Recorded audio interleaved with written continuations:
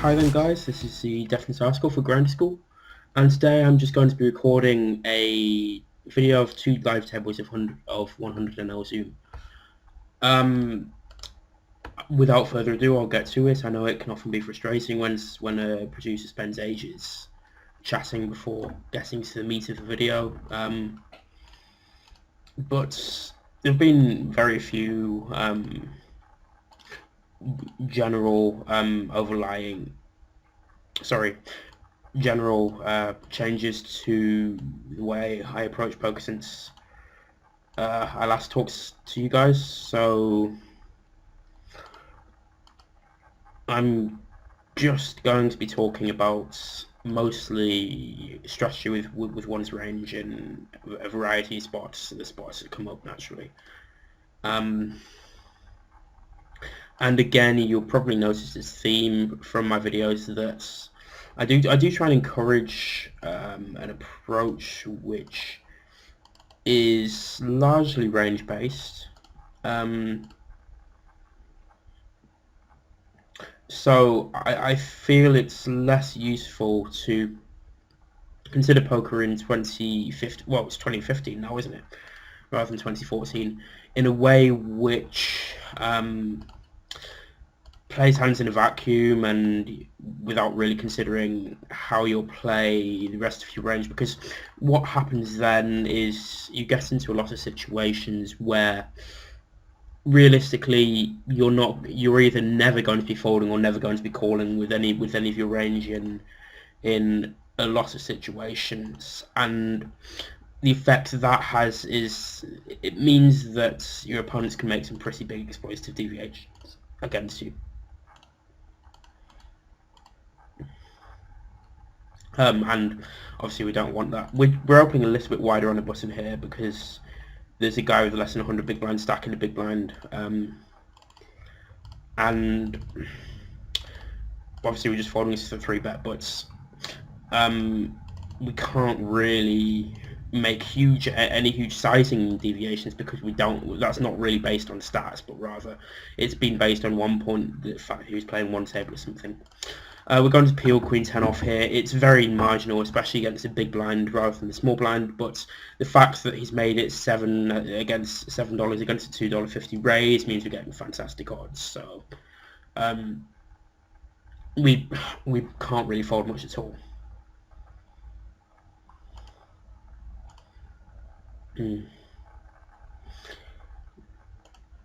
Yeah, so I was actually about to record an introduction to poker theory video, but I realised that I have to go out in about 48 minutes, or at least it was 48 minutes at the start of recording this video, and obviously it's not fantastic if I'm trying to fit the last couple of minutes into, or the last however much content, might be 6-7 minutes of content into a very small space of time. I feel the King Queen hand was pretty standard, which is why I haven't explained it, but if you obviously, as always, if you have any questions about anything I do, especially the stuff which I don't explain, then feel free to ask in the thread. I think this is actually something which is underutilized by a lot of you. Myself and any of the other grammar school instructors will answer any questions that you ask in the threads of our videos, and because certainly I know on reviewing some of my older videos, I know that I don't always make stuff clear, and I'm sure that that's the case with many others. I certainly feel it's an underused resource. It's quite a shame to look down at the forum where the videos are and just see 0 posts, 0 posts, 0 replies, etc. We're going to 3-bet this guy. He's not really a big fish, but we are 3-betting for isolation because if you see this row here, that's his raise first in stats by position. He seems completely positionally unaware. He's not folding as many 3-bets, but then he is folding to a lot of C-bets, so he can expect to make a loss of money by free betting a wide range to isolating that spot in the long run.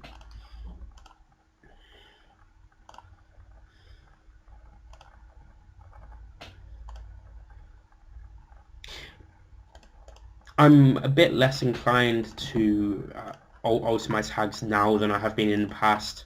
The reason being that a lot of my tags on players now are based on talking to people on Skype about the player pool, and when you have small samples, especially less than 1,000 hands, um, it's tough to argue with someone, argue with information taken from someone who has a several thousand hand sample on a player and has a lot of history with them. King 10 here is a pretty marginal check call. But the fact is that King 10 high actually has some showdown value here, especially considering on this board we'll expect him to check a lot of his ace high hands, but also bet most of his weaker hands. The fact that it also has 2 overs to the backdoor flush draw is very useful in terms of being able to realise our being able to make it a profitable call, because we will hit stuff on a certain river, and it's not just a pure reverse float with the intention to lead rivers after the certain checks through.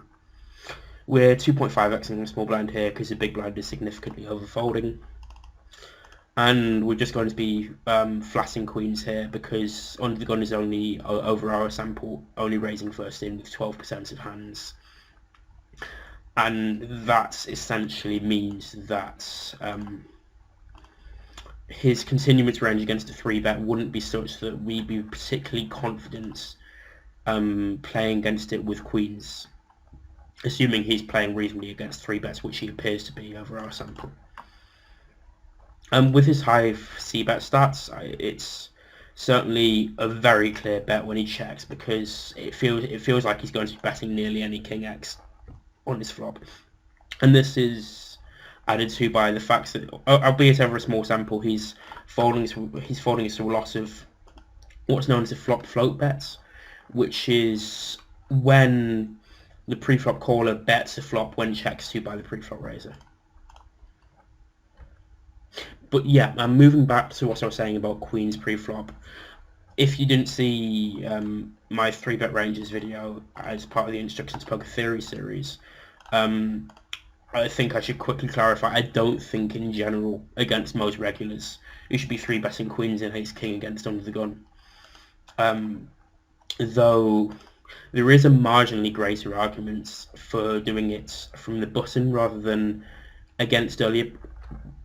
from earlier positions, just because the times that the 2 plays difference, for instance, between 3-betting in middle position against under the gun and 3-betting button against under the gun, that does make some difference, because both those positions are probably going to cold VPIP about 3% of the time.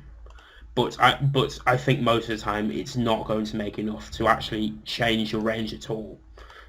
Possibly it can result in some very small changes to range construction, particularly what hands you're going to bluff, but I don't think it's something that's really going to be significant. 7s is pretty close here. 8s I think I'd call, but he's not squeezing much, so I'm just going to fold. Big blind against button, there's no way we can really fold. Ace 9's the turn barrel, and it's going to be pretty close for barrel to river, but realistically I would be folding the river, I think, because people are still pretty nitty at 100 zoom. They don't tend to fire big multiple barrel bluffs very often, and triple barrels as a bluff are actually pretty rare. And from what I gather, the stake at which that really changes is 200. But obviously people are still playing suboptimally there, as they are pretty much everywhere. Everyone has leaks. So just because someone plays higher than you, don't assume that you can't point out a leak they have. When this guy checks this flop, we're actually going to check back the flop and then start bluffing turns. Just exploitatively speaking, I think he's quite likely to check this flop quite wide with hands with showdown value that aren't going to fold to a flop bets, like weak ace-x, like was it ace-king or ace-queen? But like second pair hands, we'll find out when that loads, which a decent portion of which are then going to bet the turn, but it's also going to be the case that the hands he chooses not to bluff on this flop, which don't have anything, are unlikely to start bluffing turns because they're still not going to have anything. So we're not really going to lose a chance to bet hands out of the pots by seeing a turn. Just let me... Okay, so this guy's not 3-betting a super wide range against under the gun, so we expect his betting range on this flop to be fairly polarised. We probably can't fold the turn either, just because he will have some bluffs against under the gun, and lots of those will make straight or flush draws on this board. Obviously that's not a great river as a result, though I do expect most of his flush draws to bet the turn. But because sometimes people are nitty and check back the turn with ace king etc. here, I'm not sure we can bet there. Okay, I think the river when we're betting into is quite close against most players, but so I have a note on this guy that he's capable of betting pretty wide as a bluff on the river when he really doesn't rep all that much. He shows up with ace king this time, which sort of corroborates my turn read that the population will knit itself with ace king on the turn there sometimes, despite it being one of the best turns to continue barreling. But I still don't feel that's enough to check the river. It's to fold the river, especially considering that ace queen is pretty much the top of our range when we check, and he can also, if he's 3-bet ace jack off or something as a bluff, he can, and then decides to c-bet it, he can then bet that for value on the river.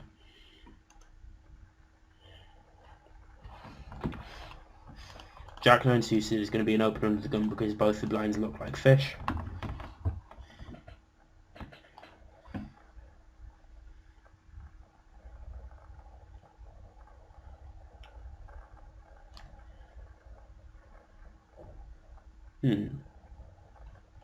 Yeah, when other players are tanking and you're only recording 2 tables, it is going to be quite frustrating, but considering the speed at which I've been talking and, well, blathering on pretty much so far, it feels like the density of action in this video has almost been too high, despite only having 2 tables.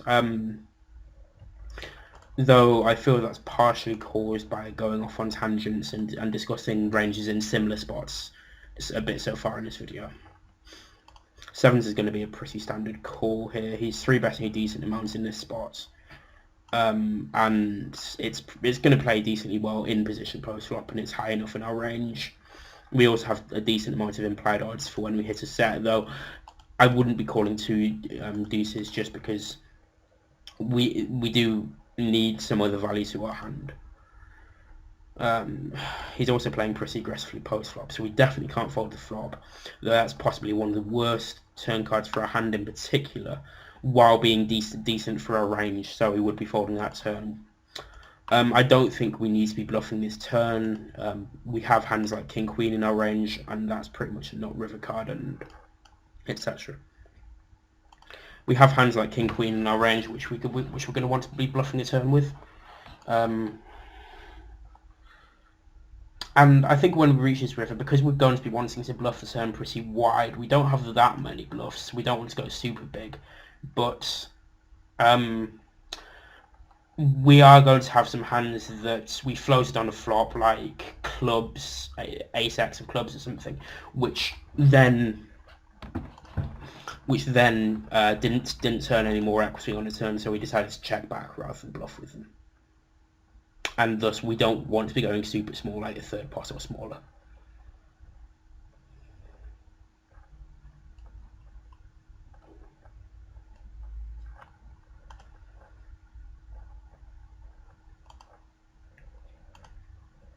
I'm actually not sure about this guy.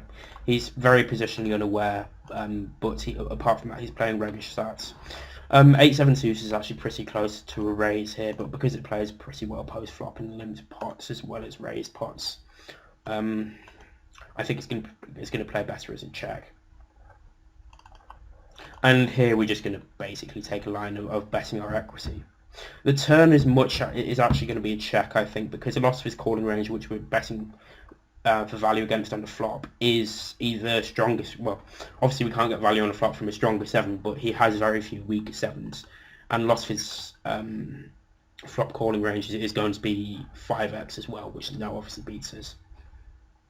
We're going to decide the river based on sizing, but probably calling against most sizes, just because a whole bunch of stuff missed. And yeah, okay, he has Jack 7, which is pretty thin,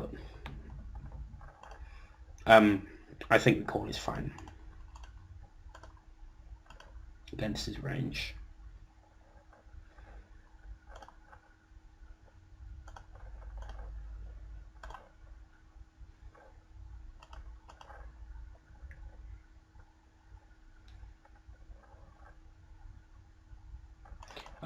Pretty easy 3-bet with Ace King here. We're going to want to get it in, but because he's got a pretty short stack, we don't want to make it too big. And that's obviously a pretty awesome flop.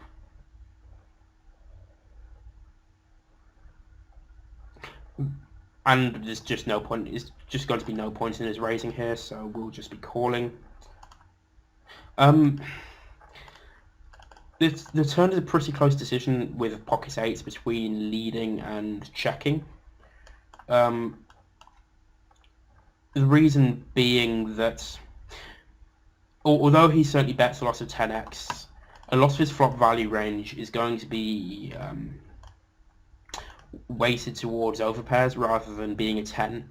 So to a certain extent, it could give us a range. It could give us a range advantage, but as it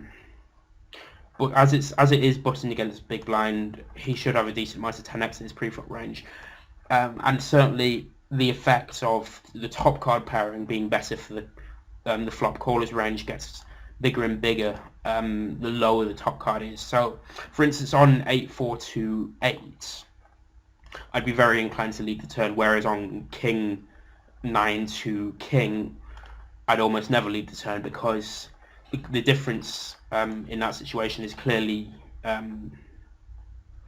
it's clearly there's a lot of the c-better's range, a much bigger proportion of the c-better's range on the 8xx8 board is overpairs on the flop, and especially on low boards where if players are protecting their flop checking ranges, then they're often likely to check these top pair hands more often, which leaves even less hands which make trips on a turn in their ranges. I think this is just going to be a spot with 7s where we have to check down. We don't expect to win the pot very often, but he can have some lower pocket pairs, and we certainly have worse hands in our range ourselves. We're going to open King Jack off under the gun because a small blind is less than 100 big blind stack and playing on a phone.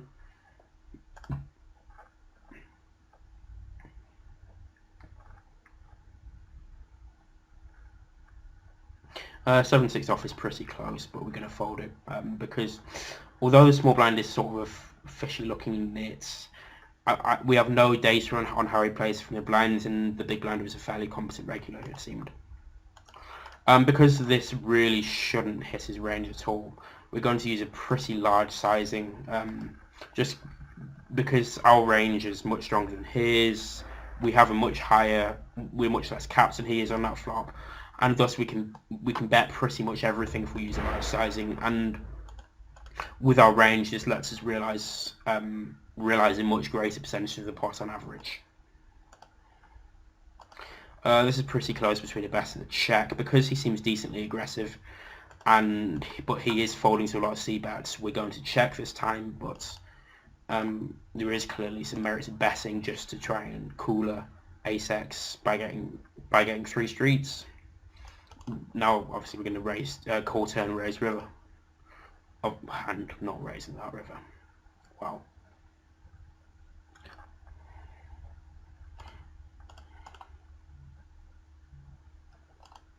We're just going to quickly re-tag him because he's a nit.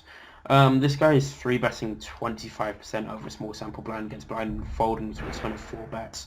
So we don't really want to call ace-2 suited even this deep. So we're just over 150 big blinds deep. But we are going to want to use hands like that in our 4-betting range. River sizing here is mostly based on the fact that we can be turning some king high hands into bluffs, or hands like jacks, which might have which might have checked back the flop, and now I just jack high on that type of board. So we do have some bluffs, but in general, when we call turn leads, as the pre-flop raiser after checking back the flop, we very rarely have many bluffs in our range. So in that situation, particularly when you're led into on the river from the pre-flop raiser, who, when he faces bets from the pre-flop raiser on the river after he checks the flop and then calls a bet on the turn, you want to be considering how exactly he can have bluffs in that situation, because in a lot of spots, particularly at the micro stakes, you're going to see situations where people just aren't thinking about their range, and as a consequence, they have these very value heavy ranges in a lot of spots after check calling. With the 7 of hearts, I think this is just marginally better as a check, though it's pretty close. 5-4 suited is an okay 3-bet in this spot, and it's going to be alright as parts for general strategies to use it as a 3-bet, and obviously we're not folding to the float bet. On this board, we're probably going to want to check close to all of our 3-betting range here, and certainly hands with absolutely zero equity are no exception. This is very close to the top of our flop check calling range, but because we have close to no bluffs on this run out, as opposed to the ace-ace-5 queen-queen board, we do want to bet pretty small. When he checks back 2 streets, we're just going to see if we can get in a value bet, a bluff, just to fold out his air type hands, which nonetheless beaters. So any ace high he has might be inclined to fold. Though if he does call with ace high, it likely indicates that the bluff was bad against a specific player. But clearly the EV of checking this hand here is going to be pretty much zero.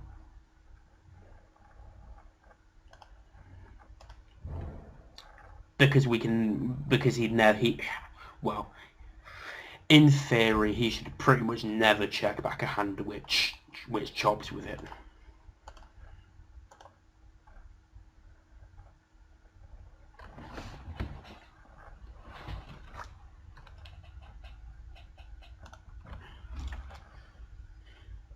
But I mean, when he calls ace king, it's a little bit uncertain as to whether the bluff is bad, because that's certainly the top of his very close to the top of his range after checking back flop and turn, because he likely bets most jack x and better on the flop, and then 10x on the turn, and he doesn't really have that many ace x pre.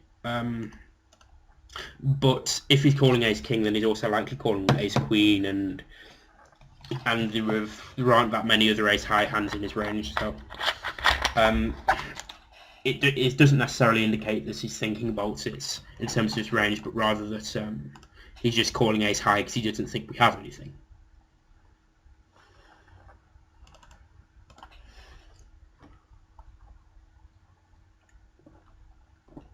King 5 seems pretty standard. Jack 8 is going to be close if he bets the river, and when he snap checks, I think we're ahead pretty much always, but I also don't think we can fit in a value bet here. So we should have some king x, we probably have queens here. And also, well, that is a wide turn probe. Let me just take a note on that.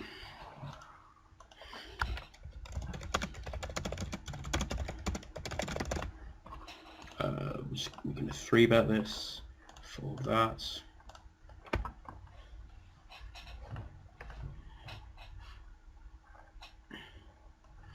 When he 4-bets to 2 point something x, we're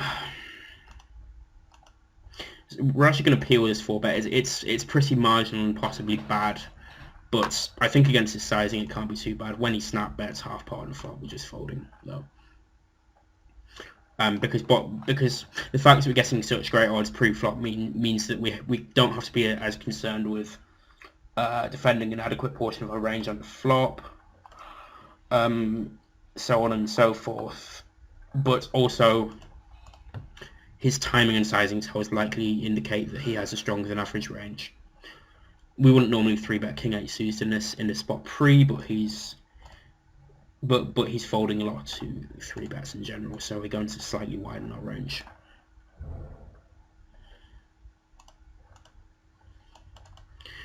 Against this sizing, Queen Jack's pretty close, but he's been 3-betting extremely aggressively over a small sample. And small blind against button is the spot where he's going to be 3-betting a hell of a lot, so we are going to peel. It seems pretty clear we can't fold his flop. And when he snap checks a turn, I think that likely indicates his range is weaker, so we're just going to barrel off here.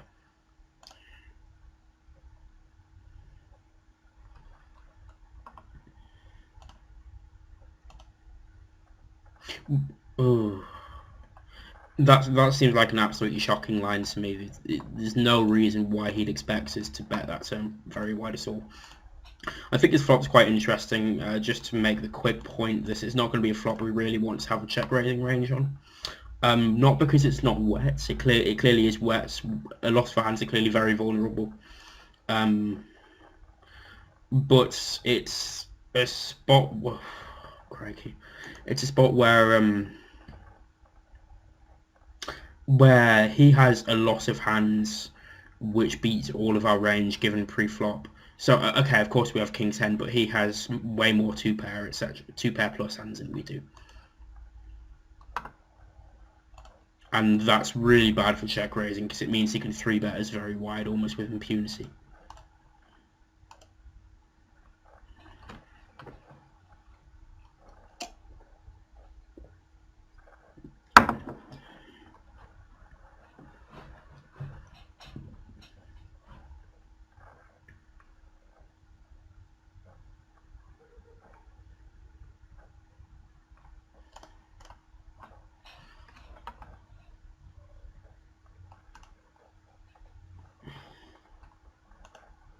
Having more information about whether this guy is actually awful or just looks awful based on his positional awareness stats would make this spot a bit easier in terms of deciding sizing, but we're just going to go for a sort of middle ground sizing here. And on this turn, because we expect him to be a little bit capped, we want to bet a bit bigger with our range, so hence a fairly large turn sizing. But we're also not absolutely certain that he is going to be raising all his strong hands on a flop. I mean, in a spot, it seems like a pretty standard call turn, call river, but we're not certain that he's going to be raising all his strong hands on a flop, so it's not going to be a spot we want to overbet.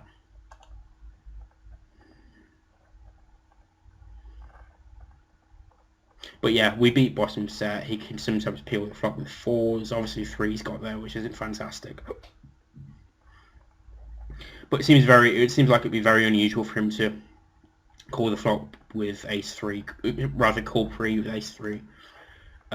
So we can't really assign him the combos of that very effectively. And also there are a lot of misdraws in it at this stage, so... Oh, bloody hell. Right, here's a fish. That's obviously unfortunate, but nothing you can really do about it. No way we can fold there, because obviously if he has 6-3 pre, he's also really wide pre. With everything else, and thus he's capable of having a lot more bluffs in that situation than he otherwise would.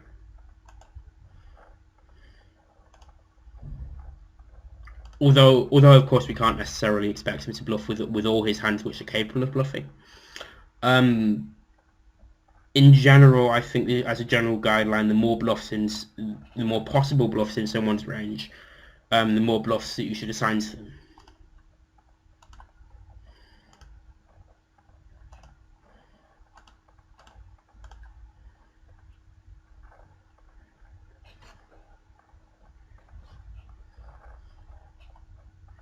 We're just going to min raise this because the small blind is really overfolding steals. Against the fish, this is pretty close between c-betting and checking. Against the reg, it's a very easy check, but I think it's just a little bit too wet to c-bet against the fish, but we will delay c-bet, especially given he snap checks a turn. On this river, I don't think we can get ace high to fold, so we just want to check and realise our very limited showdown value.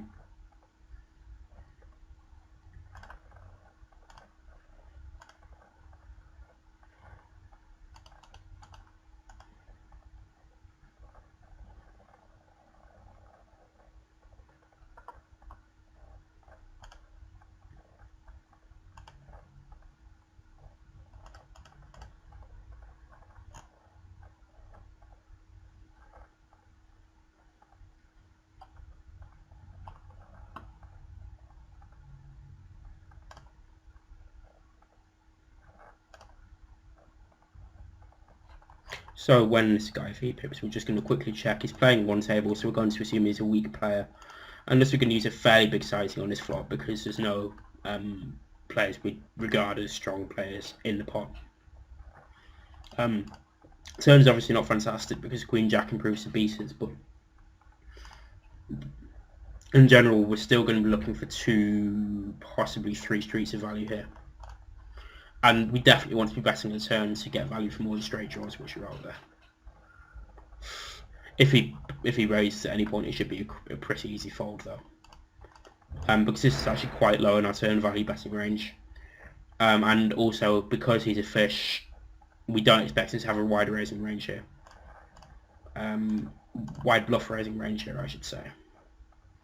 Whereas he might make turn value raises which are too thin with like bottom 2 or something.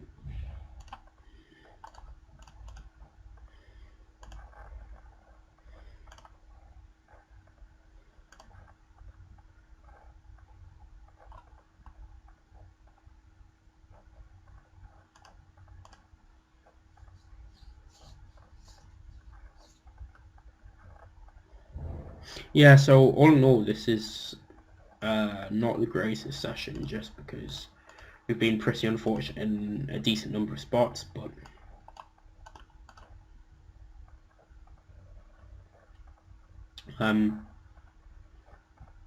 I think in general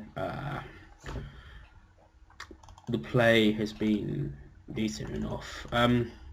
This is pretty close against the 6% opener. I think all 3 of folding, calling, and 3-betting are going to be okay options, but we're just going to fold this time without too much information on the player. Deuces is a very clear check. Fold on that flop against nearly anyone. The big blind's folding a lot here, so we're going to min raise 5-3 suited. And I should note we'd also be min raising the rest of our raising range in this spot.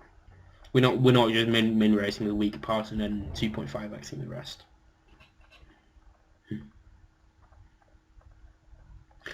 And in general, these little very small deviations in sizing and range and open raising range from the button when people are overfolding, I don't think realistically in the present hand it's going to yield much more than about 0.05 big blinds in value, but or maybe 0.1 big blinds. But considering these spots are going to come up consistently, it can easily add a big blind per 100 hands to your win rate to have adjustable button open raising sizes and ranges, and it's something I feel is well worth it.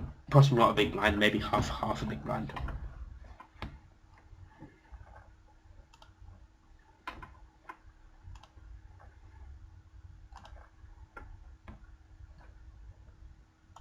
Pretty easy call with 9s in the big blind. He seems to be positionally unaware, so we expect his pre-flop range to be wider than normal here, which means he's likely to have more one-pair hands on this flop. But also I don't think there's any merit to check raising. It's just a bit too thin for value.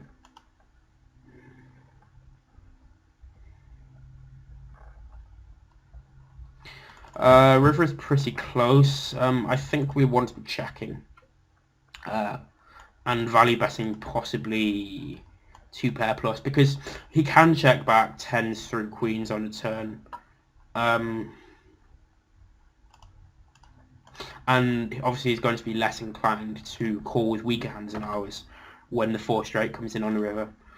His 1-1 saw flop so far has been really low, and given his sizing, I think he's just going to be extremely value heavy there. So I'm going to make a fairly tight exploitative laydown.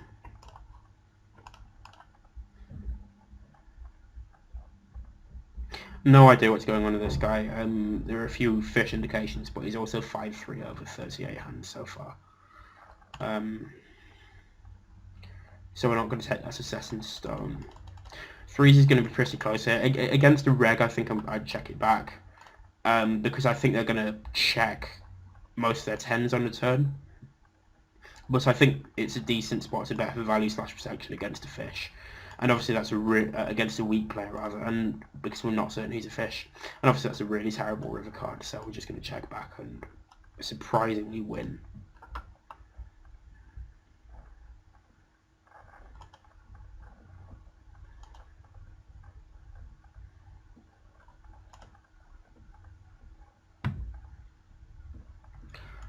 When this guy checks, he's not c-betting flops very often, so we are going to assume that he has some hands which beat us in his range. Though when he checks a turn, I think we can again make a bet for value / protection. It's pretty thin, and we will be called by better hands from time to time, but I think it's a decent spot anyway.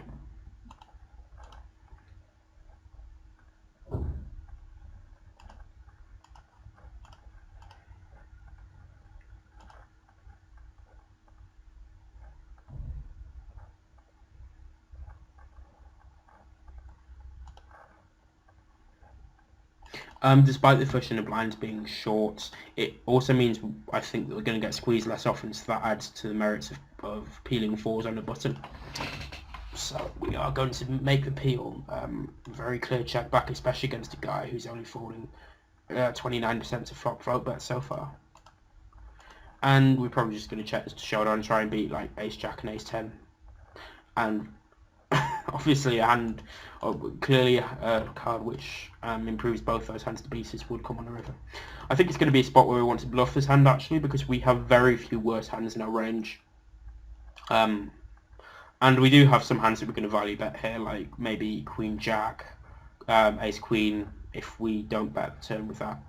Though we might. But also it's going to be a tough call for him with pretty much anything, because obviously when we're having to bluff made hands because they're so low in our range, like pocket 4s, it's with a little bit of hand reading he should be able to work out that I think most of the population isn't going to be thinking in that way and turning made hands into bluffs very often, so with a little bit of thinking he should be able to realise that given his information on us, we are turning hands into bluffs in that spot.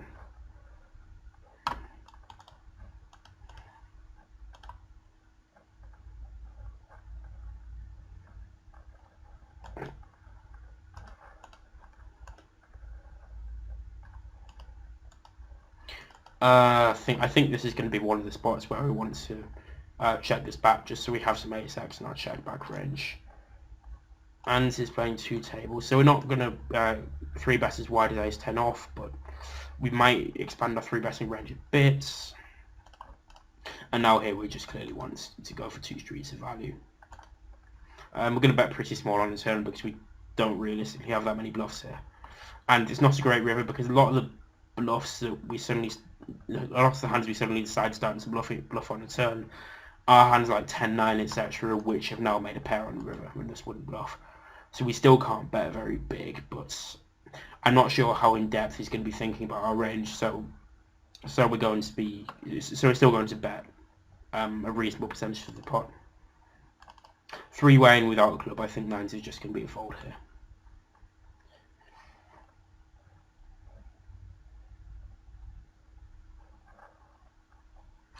And I'm actually going to sit out next big blind. As I said, I needed to go out about 46 minutes from when the video started, so I'm afraid this one might be a little bit shorter than usual, but it should still be in the 42 to 43 minute region, I think. 7-5 off is pretty close. I'm going to defend it just to give us some action in the last minute of the video, but I'm not certain if it's going to be significantly plus EV. This is pretty close between the best and check. I think 6-5 is a clear bet because it has more turn barreling opportunities.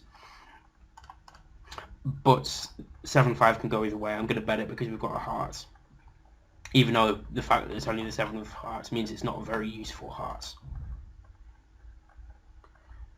In that we can't really value bet if we hit a flush on a heart run out. But we can use it as effective showdown value.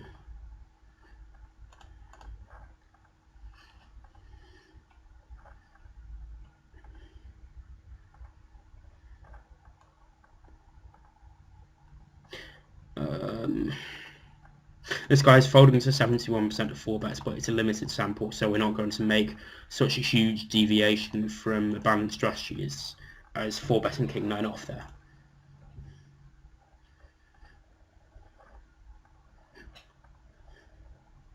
And calling is pretty clearly horrendous. This guy is opening the cutoff very wide, but he's not folding to many 3 bets or C bets in 3 bet pots, so we don't want to make huge adjustments like 3 betting 8-6 suited. Okay, I hope that was a fun video, guys. I've been the Deafness article for Grinder School. Good luck at the tables.